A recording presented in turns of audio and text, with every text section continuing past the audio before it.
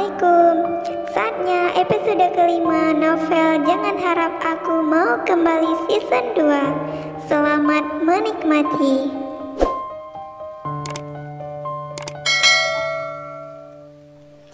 Aku membuka mata lalu mendapati wajah Polosya yang berada tepat di depan mataku. Ia jauh lebih cantik jika sedang tenang begini. Pipinya bersih dan bening dengan sedikit berwarna merah muda. Dan aku paling suka alisnya yang sangat lebat itu. Abang mau ngapain? Syah membuka mata seketika saat aku menarik bulu matanya dengan lembut. Suaranya begitu parau. Ia pasti baru terkejut dari tidur nyenyaknya. Kami beradu tatapan. Selamat pagi sayang. Selamat pagi juga Abi. Gimana tidurnya, nyenyak? Alhamdulillah, tapi masih ngantuk. Walaupun saya masih ngantuk, udah wajib bangun. Azan subuhnya sudah kelar dari tadi. Pagi ini aku berangkat ke kantor seperti biasanya. Terry yang menyupir. Aku dan Uwais duduk di belakang. Syah menepati janjinya yang semalam. Meski tadi ia tidak mengantar kepergianku seperti biasanya. Kansal sedang rewel, ucap Syah tadi. Meski aku tahu itu hanya alasan dia saja. Kemarahan istriku belum sepenuhnya hilang. Bu Risma membatalkan pertemuannya. Asistennya mengatakan nanti malam ia akan terbang ke Singapura. Urusan mendadak katanya. Jadi, makan malam nanti sudah pasti beliau tidak bisa hadir. Aku sedikit terkejut mendapatkan informasi dari Ibu Hana. Entah mengapa aku merasa ada yang tidak beres akan terjadi ke depannya. Hana mengulung jarak lalu berhenti tepat di sampingku. Menurutmu, apakah ini ada hubungannya dengan pertemuan yang kemarin? Mungkin saja wanita itu tersinggung karena kamu menolak bertemu dengannya setelah ada kesepakatan. Aku berdehem saat Hana berdiri tepat di samping kiriku sambil menyandarkan tubuhnya di meja. Ia bersedekap dan aku tidak nyaman dengan semua ini. Lantas aku berujar, Han, sebelumnya saya minta maaf. Saya tahu kita sudah bersahabat dari remaja, tapi kita tetap harus menjaga jarak. Islam tidak membenarkan lelaki dan perempuan yang bukan mahram berdekatan sedekat ini. Hana terbahak tepat di ujung kalimatku. Mungkin karena malu atau tersinggung, ia melangkah lalu duduk di kursi yang ada di seberang meja. Kamu takut Syarifah datang lalu mengamuk seperti yang kemarin, bahkan sampai membuat Bu Risma tersinggung, ucap Hana dengan nada sarkas. Hatiku sedikit tercubit karenanya. Jika saja aku bukan Surya Anggara, melainkan pria lain, dengan spontan aku membalas ucapan Hana dengan kalimat yang tak kalah pedas. Tapi aku Surya, punya banyak batasan dalam bersikap. Kamu kan tahu, dalam Islam kita harus saling mengingatkan tentang kebenaran. Apalagi saya sudah menganggapmu sebagai saudara perempuan. Sudah sepantasnya hal-hal seperti ini saya lakukan. Semata-mata untuk kebaikanmu juga. Mengenai Syah, sebagai suami saya tentu punya kewajiban untuk menjaga perasaannya. Dia sudah mendedikasikan jiwa dan raganya untukku. Rasanya terlalu tidak manusiawi jika sampai menjaga perasaannya saja saya tidak bisa.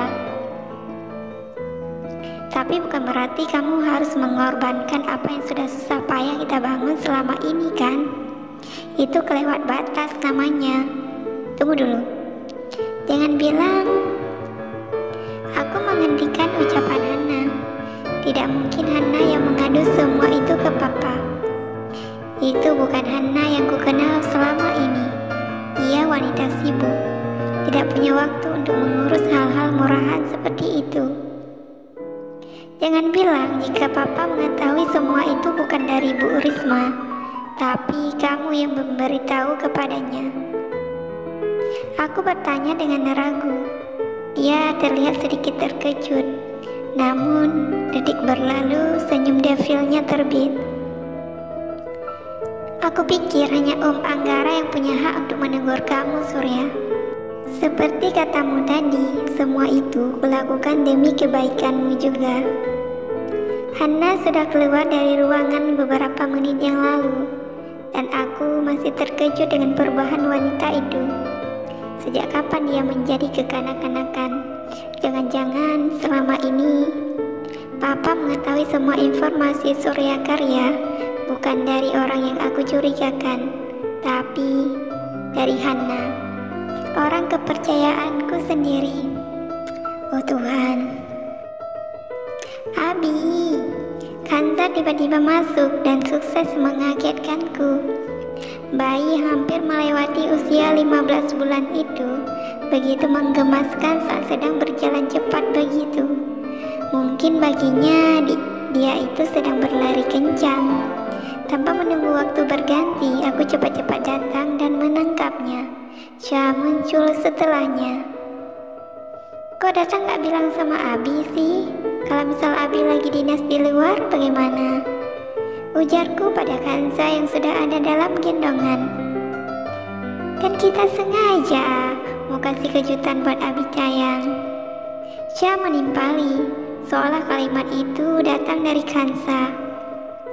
Senyum lebarku terbit, apalagi Cha memperlakukanku dengan sangat manis hingga sedikit membuatku bergidik ngeri. Ini aneh, sangat berbeda dengan apa yang aku dapatkan tadi pagi. Tadi saat aku berangkat, senyumnya tak semanis ini. Bi, kenapa masih termanggu di situ? Sini dong, kita makan siang sama-sama. Aku menggulung jarak.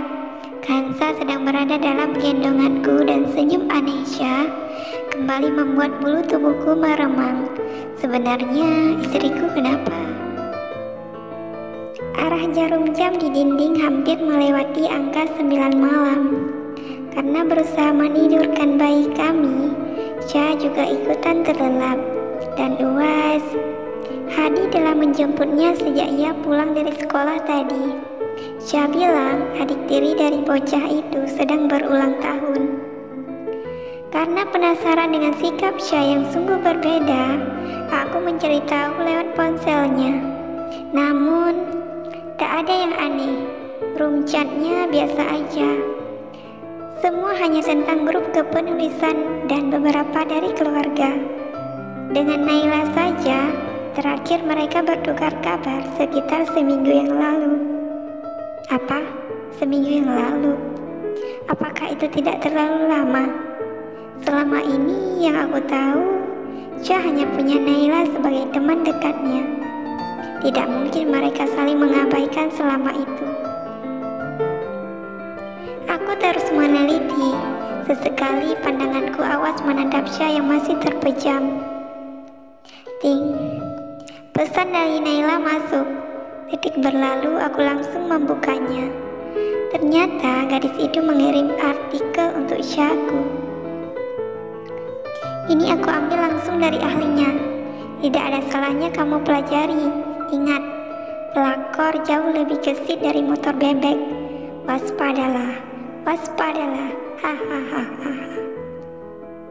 Membaca caption dari Naila semakin membuatku tak sabar untuk segera membuka artikel yang katanya harus Cha pelajari itu. Lalu muncul kiat-kiat memikat hati suami. Senyum geliku terbit begitu saja melihat artikel itu. Lalu beralih menatap Cha yang masih terpejam. Jadi sebenarnya makhluk yang sudah merasuki pikiran Cha itu adalah Naila. Sepertinya aku harus mengirim hadiah untuk gadis itu.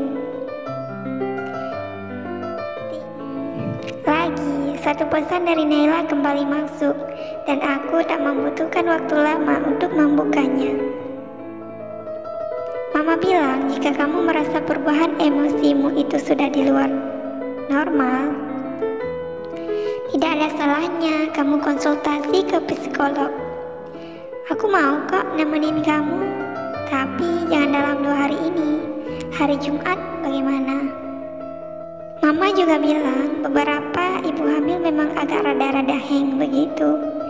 Bukan hanya kamu aja yang merasakan, apalagi di awal-awal kehamilan. Pinter-pinter aja dalam mengelolanya. Jangan suka mengulang kata-kata buruk, itu bisa jadi doa. Kalau sampai Allah kabulkan, kamu akan menyesal.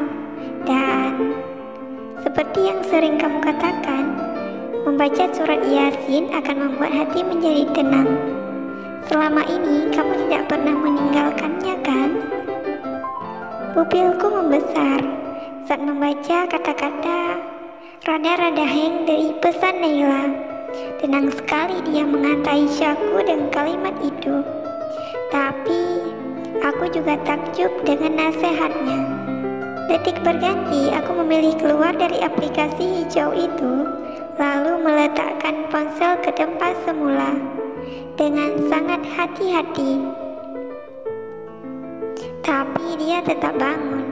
Naila menelpon setelah tak mendapat balasan apa-apa dari semua pesan yang tadi ia kirim. Pesan apa? Aku baru saja bangun. Tapi sebentar. Syah yang sedang berbicara lewat sambungan telepon seketika berpaling ke arahku. Ia bertanya lewat tatapannya.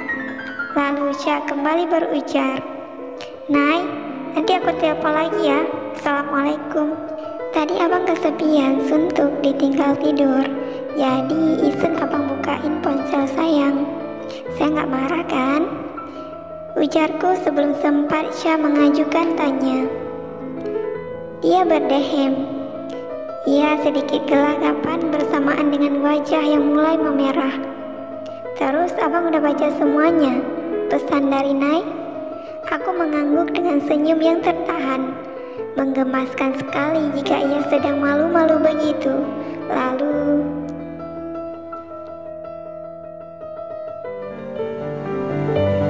terima kasih sudah menontonnya hingga akhir. Sampai bertemu di episode selanjutnya. Jika kamu suka dengan video ini, jangan lupa like, comment, share, dan subscribe.